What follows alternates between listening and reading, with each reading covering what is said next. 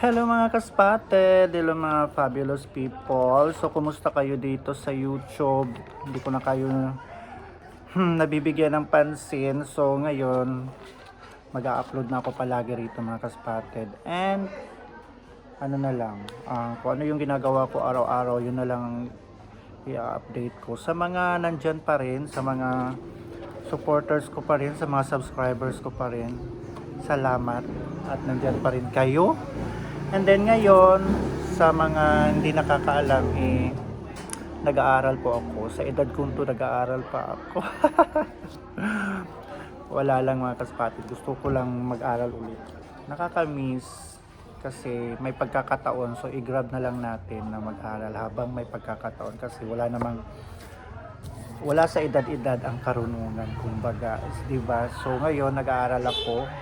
And ito yung school ko nasa bundok. Ayun, mamaya sa susunod na mga vlog ko ipapakita ko yung school ko. Kung saan ako. Yung school ko located sa bundok mga kaspatid. And then itong suot ko, isa to sa mga uniform ko.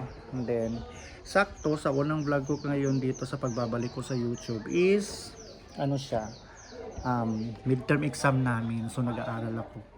So mamaya sa mga 1 hour na lang exam ko na or 2 oras. So kasi ugali ko kasi mga kaspatid nung nag-aaral pa ako nung college or high school,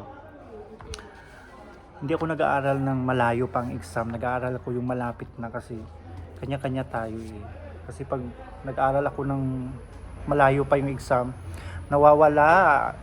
So nawawala sa ating utak. So ngayon mamaya na yung exam, so nagre-refresh lang ako, nagbabasa-basa and gumagawa na rin ng mga notes. Ayan, para referral lang. So, ngayong nagbabalik ako rito sa mundo ng YouTube, syempre Tagalog tayo.